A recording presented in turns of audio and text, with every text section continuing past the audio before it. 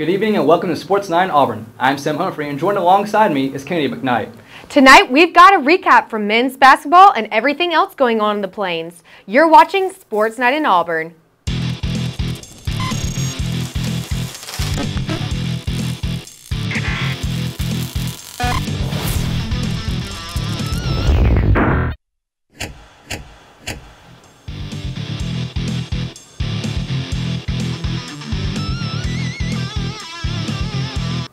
Men's basketball returned to the Plains last week before a big road test against Kentucky.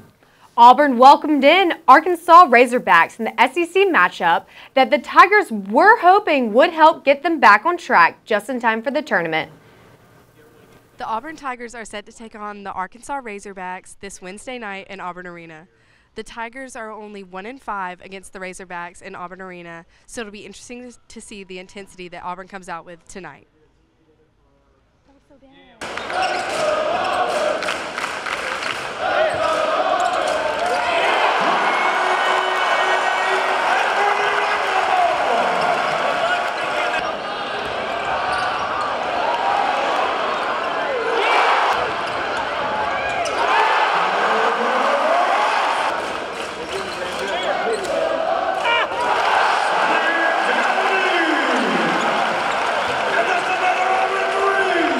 Tigers defeated the Razorbacks 79-56. Malik Dunbar had his first start of the season with 8 points in the first half. Bryce Brown led the team with 19 points. I'm Mary Lee Oliver from Auburn Arena. You're watching Eagle Eye TV. After the win against Arkansas, Auburn traveled to Lexington to Rupp Arena to visit John Calipari and the Kentucky Wildcats. Earlier this season, the Wildcats came into Auburn Arena and squeaked away with a 2-point win after a hard-fought game between the two teams. This time, Auburn was looking to steal a win against a top 5 team in order to solidify Auburn's resume heading into the conference and NCAA tournament. This was not the case, though, on Saturday. Kentucky looked in control the whole game from tip-off to the final buzzer. Auburn hung in with the Kentucky team, but in the first half, well, they couldn't hang on. Once Kentucky got on a roll, boy, they were on a roll. The Wildcats were 11 of 24 from three-point range and won the rebound battle 43-24. In the first half alone, Kentucky was 9 for 17 from 3 and had a 14-point lead heading into the locker room, as Chuma Okeke was the only Tiger to have double digits at the half. The second half wasn't much better for the Tigers as the Wildcats didn't take their foot off the gas en route to a 27-point win, as the Tigers fall to 18-9 and 7-7 in conference play. Well, I mean, I'll take it, but I'm not very happy with it, Sam. Well, Auburn right now is slated as an 8 seed in the bracketology, and honestly, whatever seed they end up as, the way Auburn's playing, I don't think it'll matter. Auburn right now is looking like a team that's going to be bounced in the first round in the SEC and NCAA tournament. But with Austin Wiley coming back, they're 2-3 without him in SEC play. They're going to need him to step up big when he returns. I can't wait to see what happens. Coming up, we'll have a recap of everything in Auburn sports. You're watching Sports 9 Auburn. As a mom and an Olympian, I know the importance of getting to the finish line quickly. But quicker isn't always better when it comes to conversations about the dangers of underage drinking. General Marshall is right. You don't need to get the entire point across in one dinner or one car ride. Stick to those meaningful moments. A text or short conversation can go a long way. And be sure to use resources like asklistenlearn.org. They've got everything from conversation starters to facts about the dangers of underage drinking. So start the conversation today about saying yes to a healthy lifestyle. And no to underage drinking. I believe this is a practical world and that I can count only on what I earn. Therefore, I believe in work, hard work. I believe in education, which gives me the knowledge to work wisely and trains my mind and my hands to work skillfully. I believe in honesty and truthfulness, without which I cannot win the respect and confidence of my fellow men. I believe in a sound mind, in a sound body, in a spirit that is not afraid, and in a clean sport that develops these qualities. I believe in obedience to the law because it protects the rights of all. I believe in human touch, which cultivates sympathy with my fellow men and mutual helpfulness and brings happiness for all. I believe in my country because it is a land of freedom and because it is my home, and that I can best serve that country by doing justly, loving mercy, and walking humbly with my God. And because Auburn men and women believe in these things, I believe in Auburn and love it.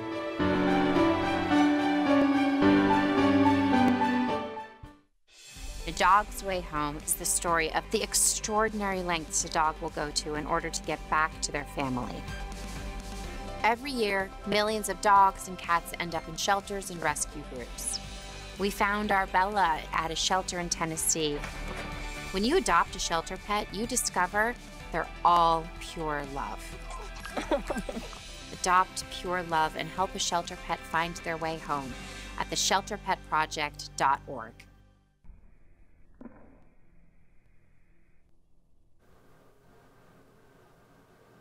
Auburn baseball went down to Orlando over the weekend to compete in a 3-game series against the University of Central Florida. The 15th ranked Auburn Tigers came into the first game and were able to pull out the win with a pitching duel that Auburn's Tanner Burns would help win, as the Tigers started the series with a 4-1 win. The Saturday game would not go as well for the Tigers, as they fell behind early and couldn't make up the deficit, as they fell behind 6-1.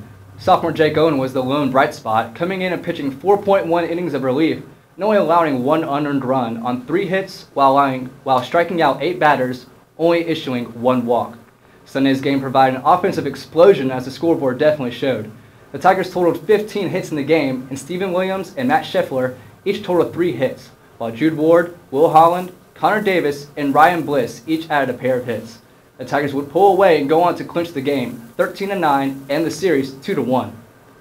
The 22nd ranked Auburn softball continued their hot streak this weekend at the Tiger Invitational, welcoming 4 teams to J&B Moorfield: Villanova, North Dakota State, and Eastern Illinois.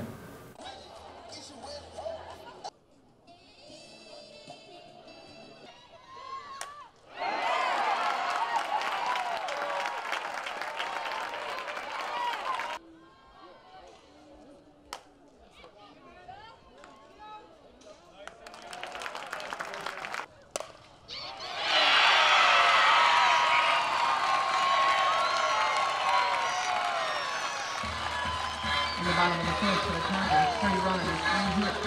All right. That's on base. Final score.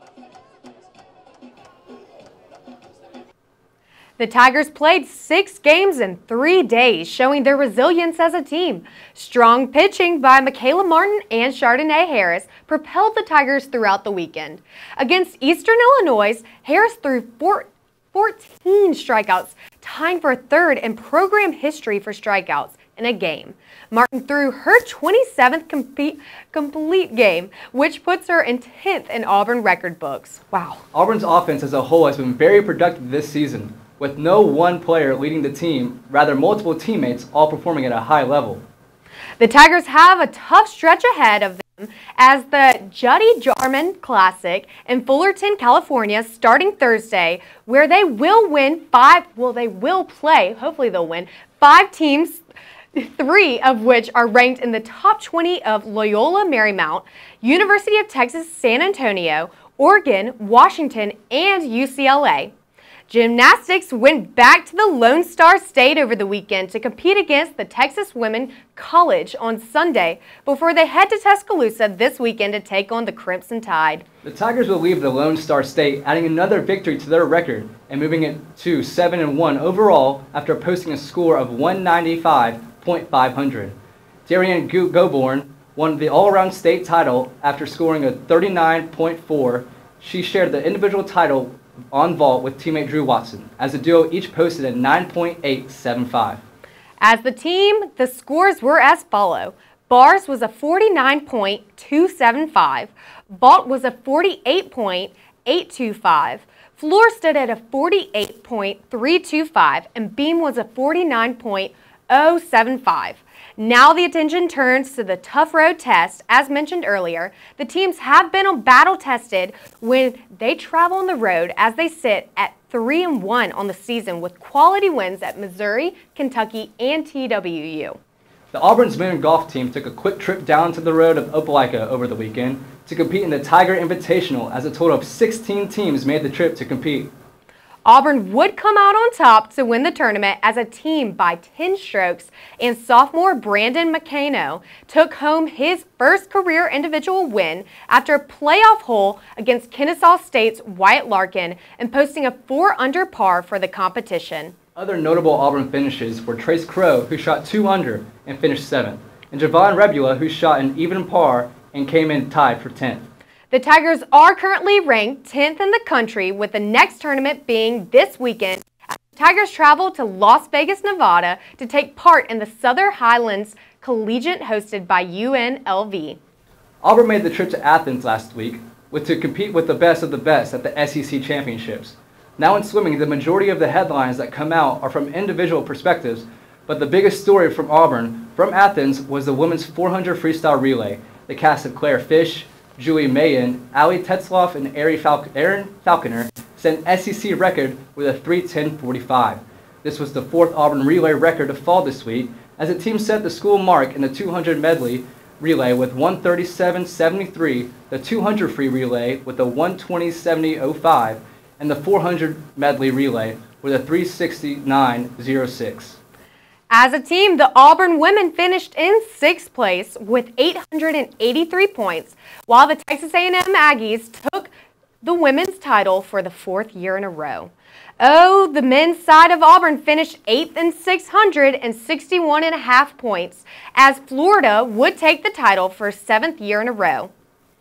Women's soccer opened up their 4-game spring expedition schedule, welcoming in Mercer to the Auburn Soccer Complex on Friday. The Tigers would open their slate on a high note, defeating Mercer by a final score of 2-0. Coming up, we'll take a look at what's happening around the place. We'll be right back. Get it.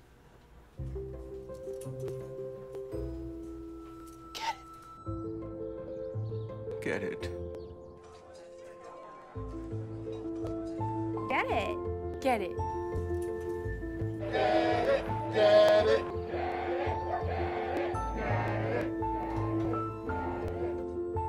Is she gonna get it, Daddy? She'll get it. Get it. Get it.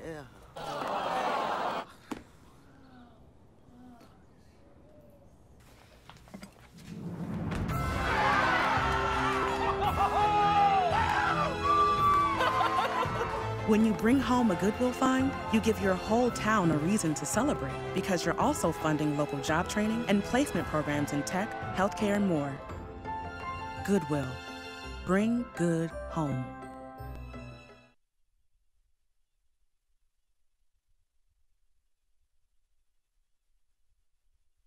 Home fire drills give your family a plan of action. In a home fire, you may have less than 2 minutes to get out.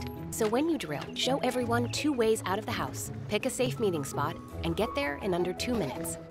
Then practice home fire drills at least twice a year. You can even make them fun. So everyone knows the sound and exactly what to do when they hear a smoke alarm. Go to ready.gov/fire drill and learn how to prepare your family for home fires.